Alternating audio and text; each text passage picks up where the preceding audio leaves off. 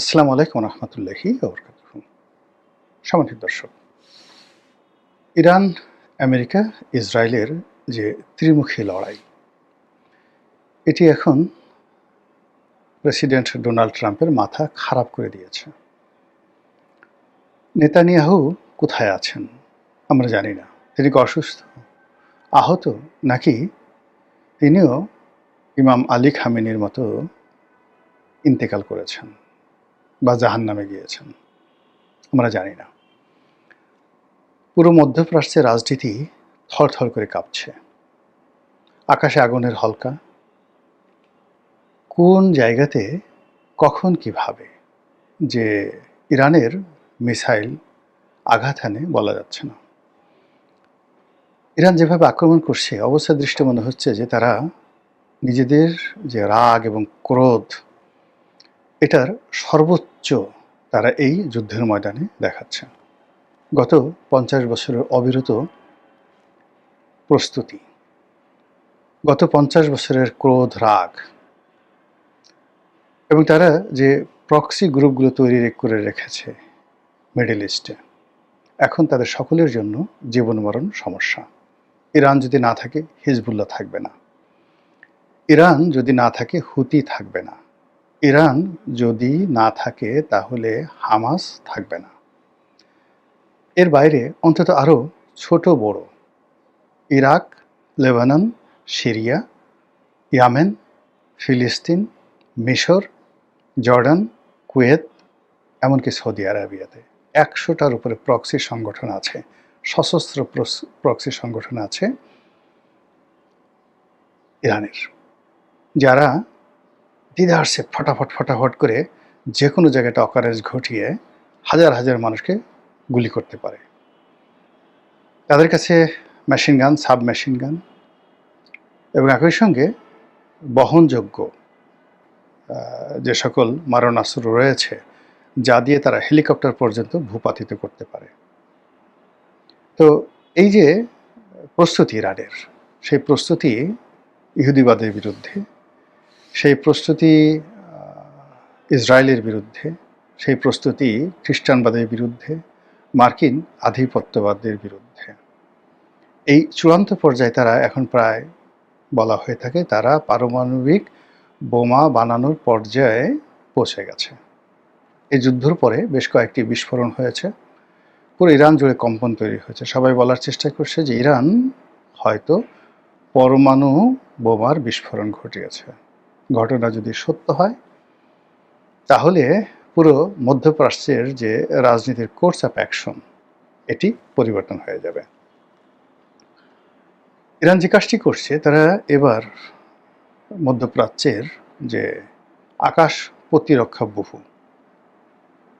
America এবং ইসরায়েলের যৌথ প্রযোজনাতে তারা ইসরায়েল এবং অন্যান্য আমেরিকা ইসরায়েলের বন্ধু রাষ্ট্রের যে সকল সীমানা রয়েছে, সেখানে তারা এই আকাশ প্রতিরক্ষা বহু তৈরি করে ফেলেছিল।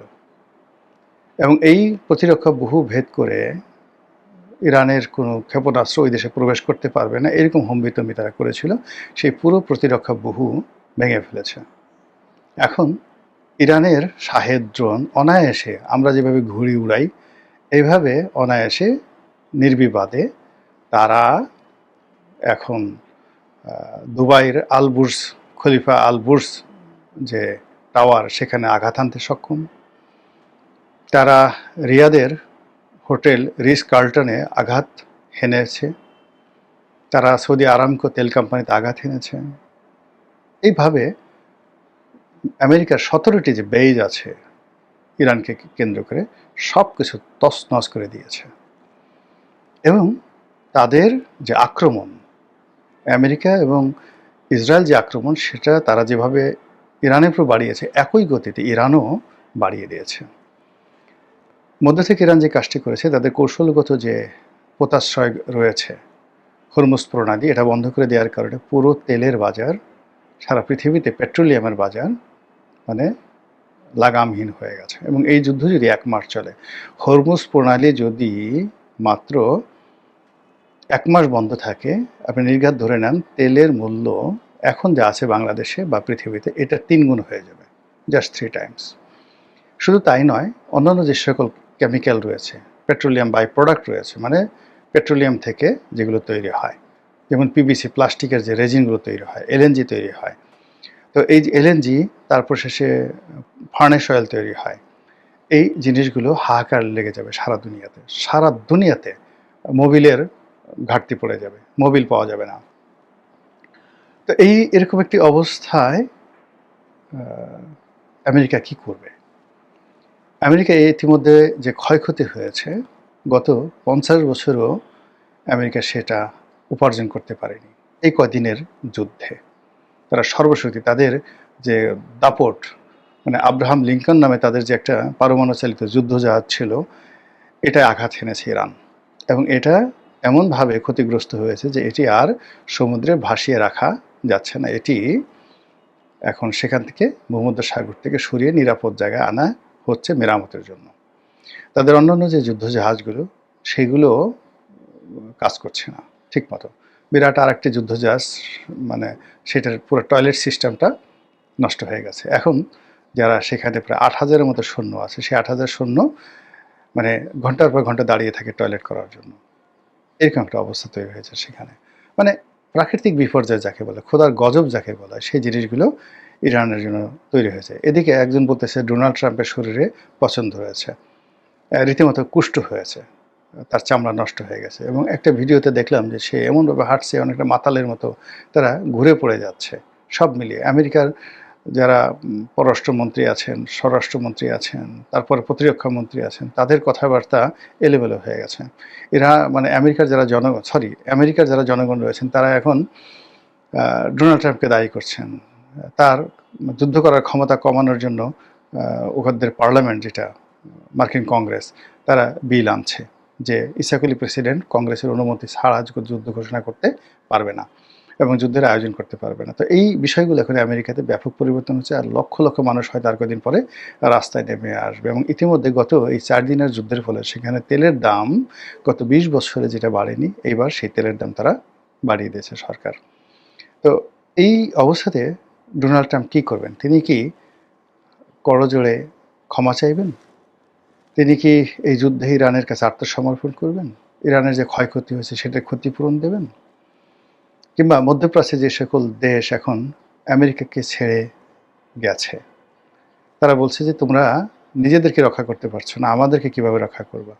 আমাদের যে সুখ স্বপ্ন, আমাদের ক্যাবারে ডিস্কো, আমাদের সেই বড় বড় যে বিত্তবিলাস, পেট্রো ডলার দিয়ে আমরা যেগুলো তুলেছি, সারা পৃথিবীর ধনীদেরকে নিয়ে আমরা যে একটা পাপের শহর তৈরি করেছি, যেখানে উন্মুক্ত যৌনতা থেকে শুরু করে সমস্ত অপকর্ম আমরা যেখানে প্রকাশ্যে করি সমুদ্রের তীরে বসে বসে, সেই বালাখানা ইরান ধ্বংস করে দিচ্ছে। এখন ইরানের এই শাহেদ ড্রোন মনে হচ্ছে আজরাইলের ড্রোন। আমরা যে পৃথিবীতে অপকর্ম করেছি আমেরিকানদের কবলে পড়ে, সেই অপকর্মের শাস্তি আমরা পাচ্ছি। আর তোমাদের সাথে নাই, আমরা এখন ইরানের সাথে আছি। এইভাবে অনেকে রণে ভঙ্গ দেওয়ার চেষ্টা করছে।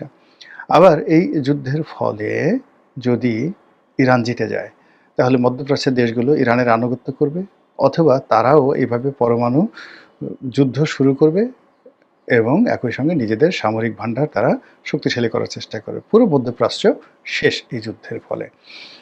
আর অন্যদিকে ডোনাল্ড ট্রাম্প, মানে সে যদি এই যুদ্ধে পরাজিত হয়, তাকে ক্ষমতা হারাতে হবে, নেতানিয়াহুকে ফাঁসিতে চলতে হবে, কাজেই তারাও কিন্তু মরণ কামড় দেবে। এবং এটি ইতিমধ্যে তারা বলে ফেলেছে যে তারা সেখানে স্থল অভিযান চালাবে, যেভাবে ইরাকে তারা শূন্য সমাবেশ ঘটিয়েছিল। আপনাদের মনে আছে যে তখন প্রায় 4.5 লাখ রিপাবলিকান গার্ড ছিল, দুধর্ষ রিপাবলিকান গার্ড। তো সেই রিপাবলিকান গার্ডদের মোকাবেলা করার জন্য আমেরিকান সৈন্য সেখানে স্থল অভিযান চালিয়েছিল। এই একই স্থল অভিযান তারা ইরানে চালাতে চাচ্ছে।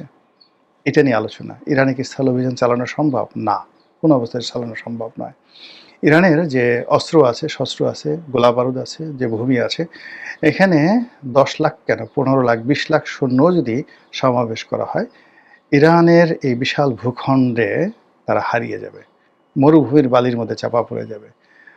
যে পর্বতমালা রয়েছে, জাগ্রেব পর্বতমালা রয়েছে, জাগ্রোস পর্বতমালা রয়েছে, সেই জাগ্রোস পর্বতমালা, সেখানে পৃথিবীর প্রথম ছাগল, মানে যাকে বলা হয় পাহাড়ি ছাগল। আপনি দেখেন ওই যে পাহাড়ে উঠে উঠে লাফায় লাফায় যে পাহাড়ে যে ছাগল ওঠে, সেই ছাগলের আদিভূমি এই জাগ্রোস পর্বতমালা। এবং এখানের অনেকগুলো পর্বতমালা রয়েছে ইস্পাহানের কাছাকাছি, যেখানে অনেক সন্ত্রাসী গ্রুপ 200 বছর 300 বছর, তাদের মধ্যে অ্যাসাসিনেশন একটা গ্রুপ ছিল। 300 বছর পর্যন্ত পুরো পৃথিবীকে তারা ডমিনেট করেছে। ওখান থেকে যারা একটা স্লিপ পাঠাতো যে অমুক রাজদরবারে রাজাকে হত্যা করা হবে, সেই রাজদরবারে কান্নার রোল পড়ে যেত। কিন্তু একমাত্র হালাকু খানি সেই তাদেরকে দমন করতে পেরেছিল। এছাড়া 300 বছর ওই দুর্ভেদ্য পাহাড়ি অঞ্চলে তারা লুকিয়ে থেকে সারা পৃথিবীকে তছনছ করেছে। এটা হলো ইরানের এমন একটা ভৌগোলিক অবস্থান, সেই ভৌগোলিক অবস্থান কারণে সেখানে যারা বসবাস করেন তারা প্রকৃতিগতভাবে ন্যাচারাল যে জাস্টিস তারা পান, ন্যাচারাল প্রোটেকশন তারা পান, সেই প্রোটেকশনের কারণে ইরানের সঙ্গে স্থল যুদ্ধ করা কোনো অবস্থায় সম্ভব নয়। তারা সৈন্য সমাবেশ করতে পারে, তাণ্ডব চালাতে পারে, জাস্ট লাইক আফগানিস্তান। তো আফগানিস্তানের ভূমি যে বৈচিত্র্য, সেই ভূমি বৈচিত্র্যের চাইতে 1,00,000 গুণ বৈচিত্র্য এবং দুর্গম ভূমি হলো পারস্যের ভূমি। তো আফগানিস্তানে যদি আমেরিকার ওই অবস্থা হয়, তা ইরানে কি হবে বুঝতে পারেন ব্যাপারটা। আফগানিস্তান ছোট দেশ, তার সঙ্গে সঙ্গে লোকসংখ্যা